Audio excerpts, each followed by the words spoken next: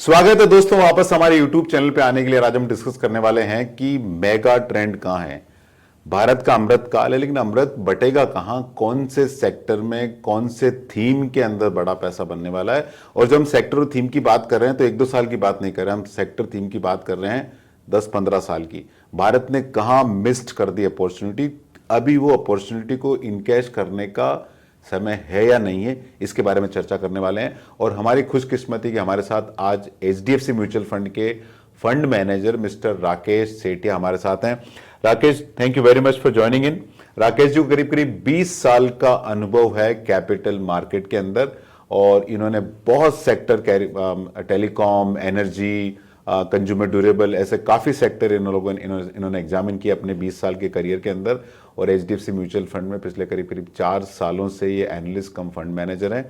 और आज इनसे बात करेंगे, जानने की कोशिश करेंगे कि अमृत काल में अमृत कहां बटेगा। तो thank you Rakesh agreeing to meet us. तो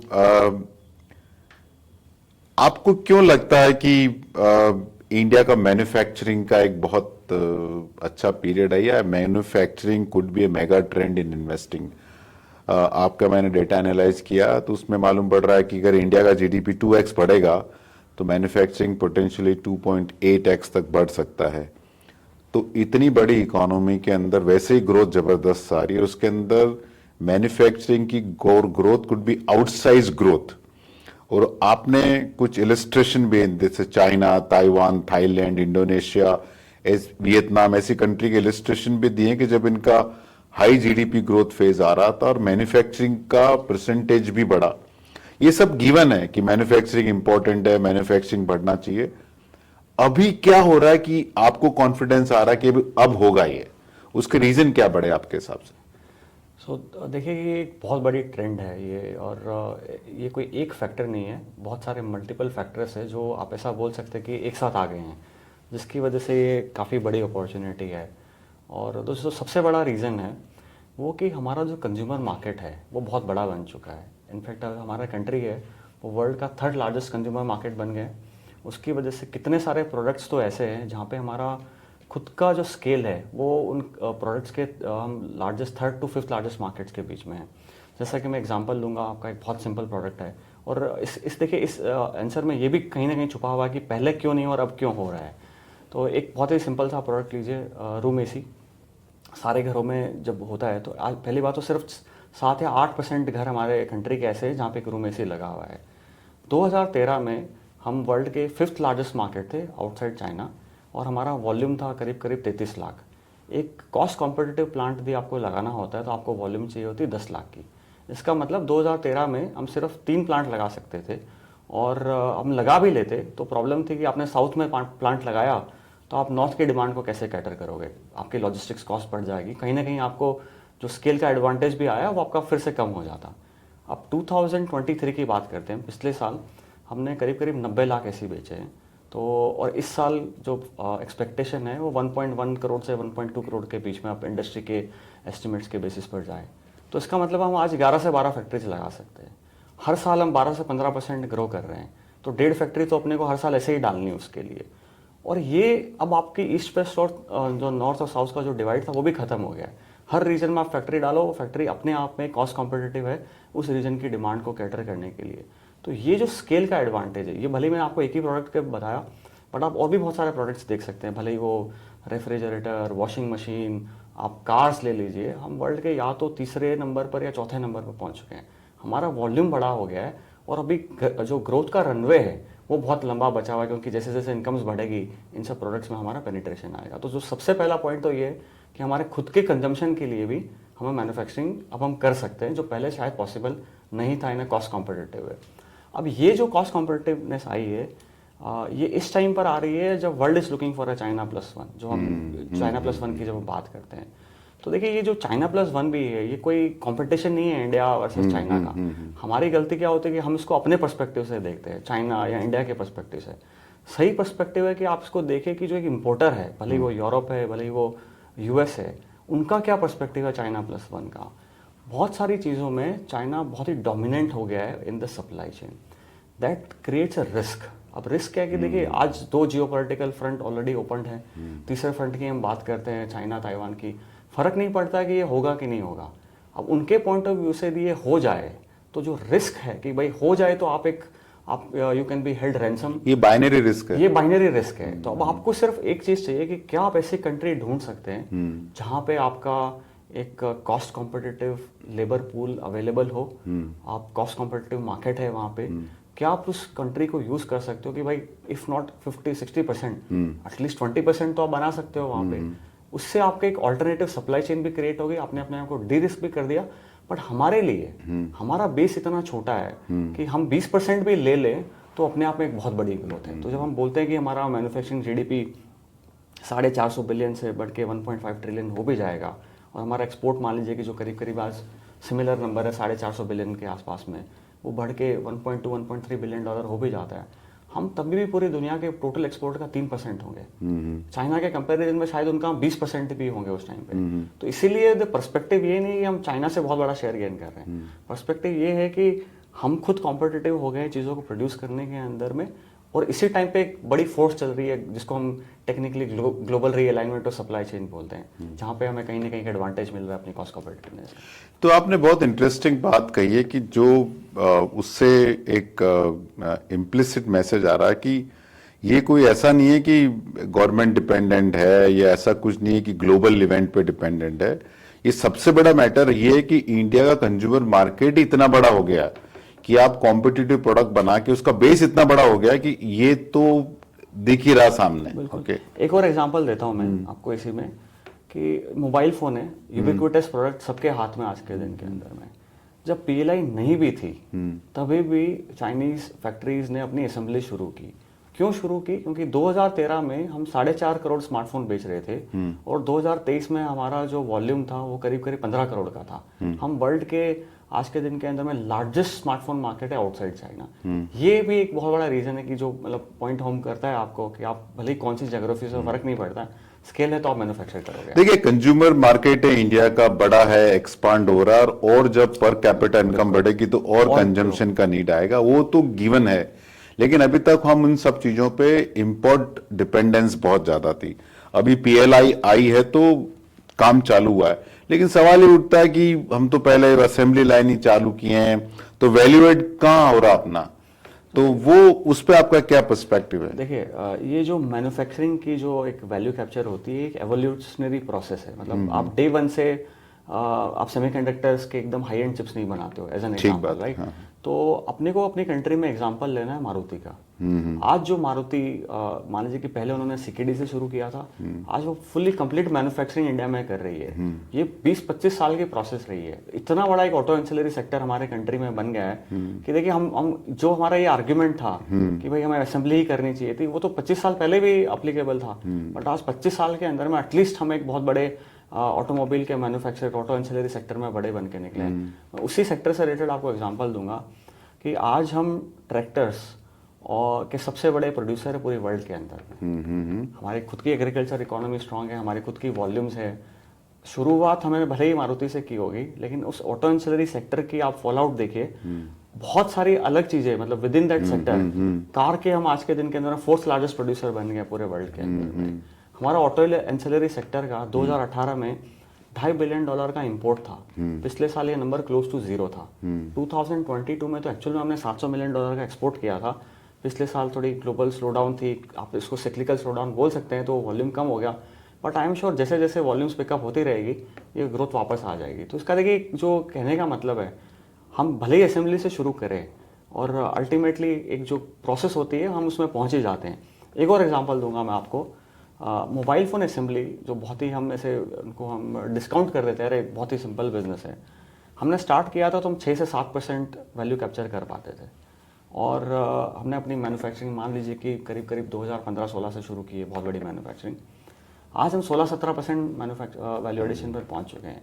चाइना का वैल्यू कैप्चर भी 100% नहीं है, नहीं, उनका 35-40% है। तो ऑलरेडी हम आधा तो पहुंच गए, पहुंच ही गए, वो भी 5-6 सालों में। बिल्कुल एकदम। और जैसे जैसे ये हमारा इकोसिस्टम डेवलप होते रहेगा, कंपनीज इतने बड़े मार्केट में देखेगी, it always make logical sense कि आप नेक्स्ट बैकवर्ड इंटीग्रेशन की फैक्ट्री उस मार्केट के आसपास में लगाएं।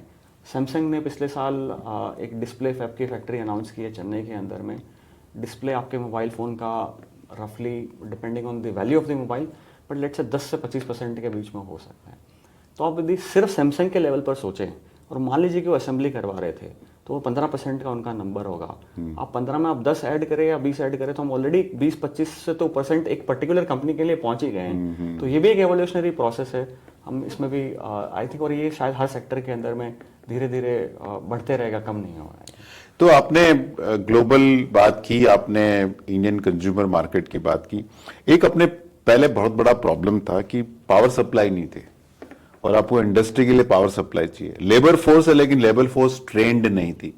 आज लोगों को जॉब चाहिए, पर कैपिटा इनकम बढ़ाना है, तो एग्रीकल्चर पे तो पूरा बढ़ नहीं सकता, ना सर्विस सेक्टर बढ़ सकता है।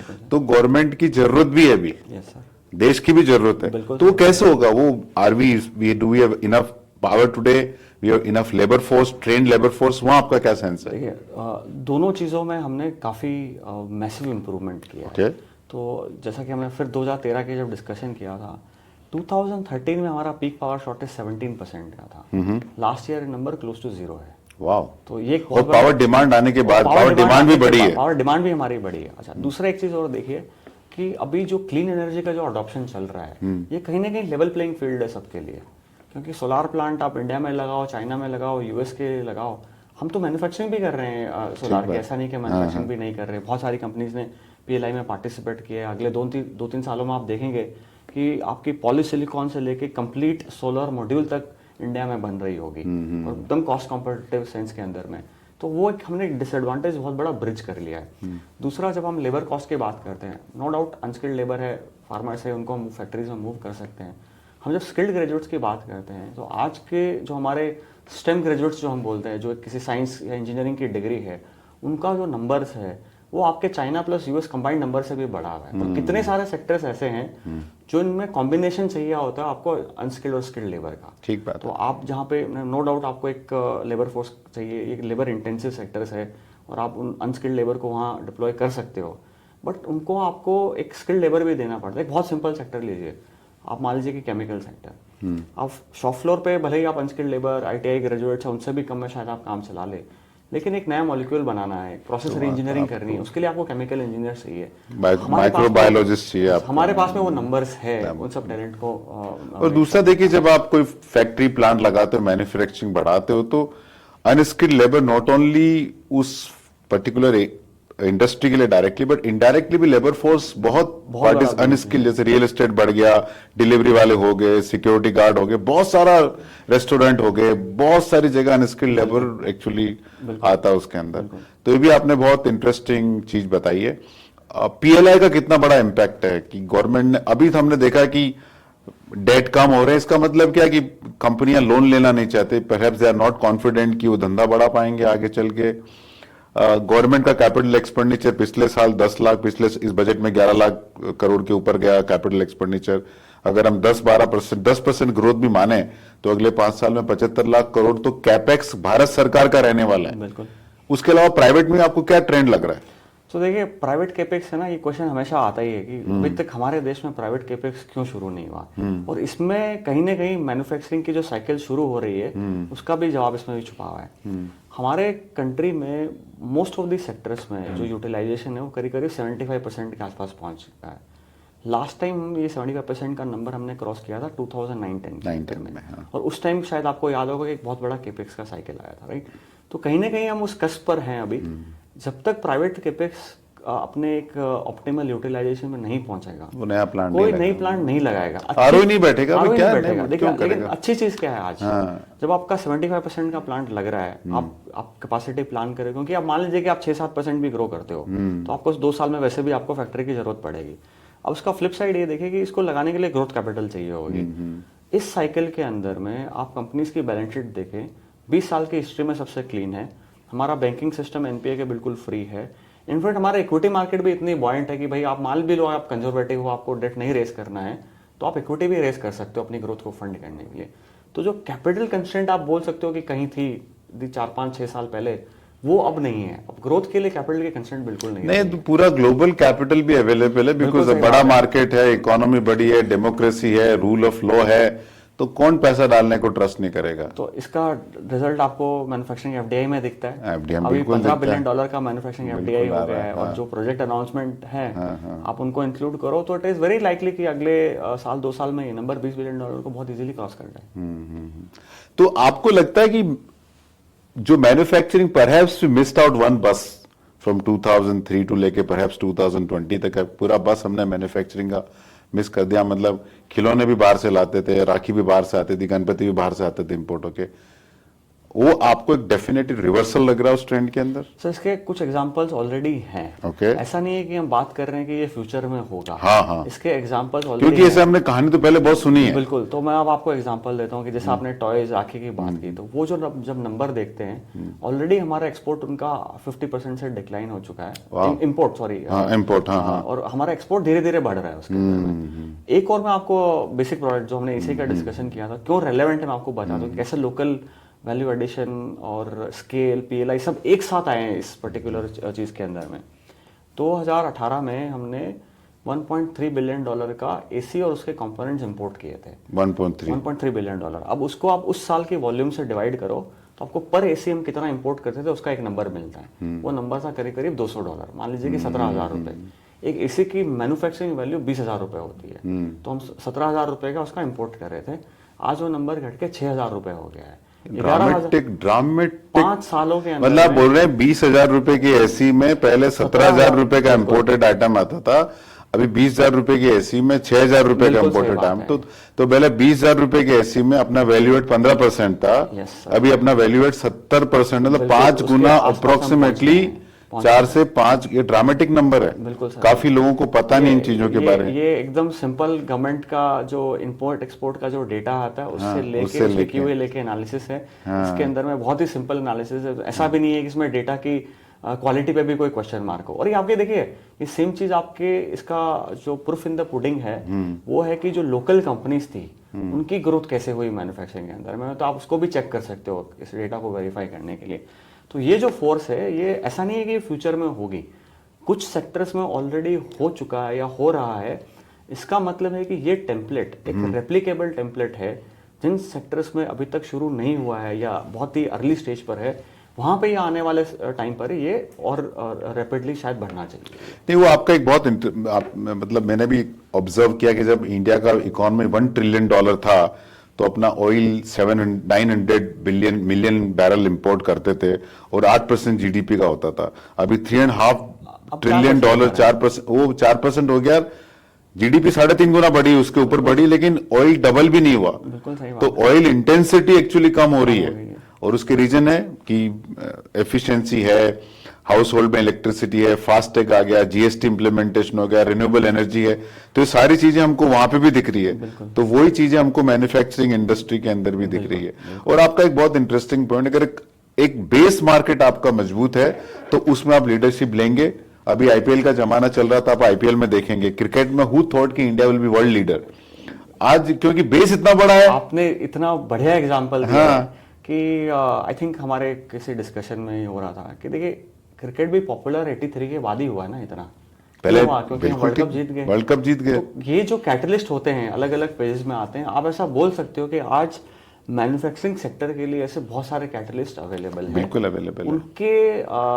उन कैटलिस्ट की वजह से आज चांसेस है कि बहुत सारे सेक्टर्स में हम एक रीजनेबल बेस बना चुके हैं और बनाएंगे, और आने वाले टाइम के अंदर में in fact high value aided manufacturing जो बोलते हैं वो भी हम कैप्चर कर पाएंगे। और वो भी हम आईपीएल का भी इलस्ट्रेशन लेते हैं कि आईपीएल आने से क्या हुआ कि फॉरेन प्लेयर आते हैं, 4 आते हैं एक टीम के अंदर, 7 इंडियन रहते हैं, लेकिन उसके साथ साथ इंडियन प्लेयर भी बाहर जाने लग गए क्योंकि आपको फॉरेन प्लेयर के साथ। तो ऐसा नहीं कि फॉरेन प्लेयर को अपॉर्चुनिटी दे कि हमारा नुकसान हुआ, हमारे प्लेयर का स्किल लेवल भी बढ़ाना उनके साथ, और हमारे प्लेयर बाहर जाके भी खेल रहे हैं।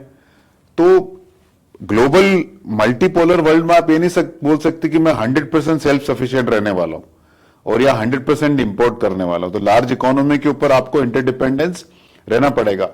If interdependence is the thing, then India is the most reliable partner. हमने प्रूव किया है। मतलब, और दोस्तों आपको बताना चाहता हूं कि 2020 के बाद हम एक बहुत अलग दुनिया में रह रहे हैं, क्योंकि आज जो रेड सी और स्विच कनाल का जो ट्रेड रूट है उसको इंडियन नेवी मैनेज कर रही है।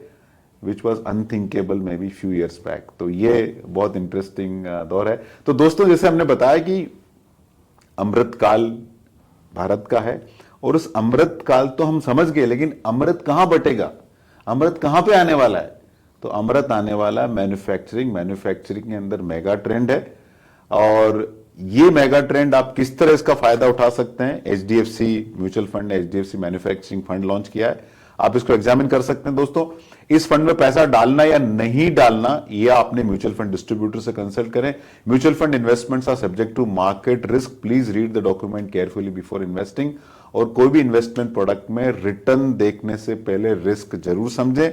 हमने जो भी डिस्कशन किया पास्ट का है, फ्यूचर में ऐसा होगा कि नहीं होगा पता नहीं है। हमने एक प्रोजेक्शन भी देखे, फ्यूचर में ऐसा होगा कि नहीं पता नहीं, लेकिन हमने एक अपने हिसाब से अनुमान डाला है। और दोस्तों, ये वीडियो सिर्फ और सिर्फ एजुकेशन पर्पजेस के लिए है। फाइनली, ये आपका पैसा है, आपका फ्यूचर, आप डिसाइड करें। हम इस पूरे प्रोसेस में बहुत ही छोटे एनेबलर है। धन्यवाद, और thank you Rakesh for your time. Really is a pleasure talking to you. Thank you so much.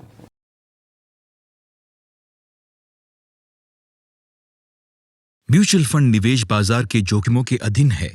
योजना से जुड़े सभी दस्तावेजों को ध्यान से पढ़ें।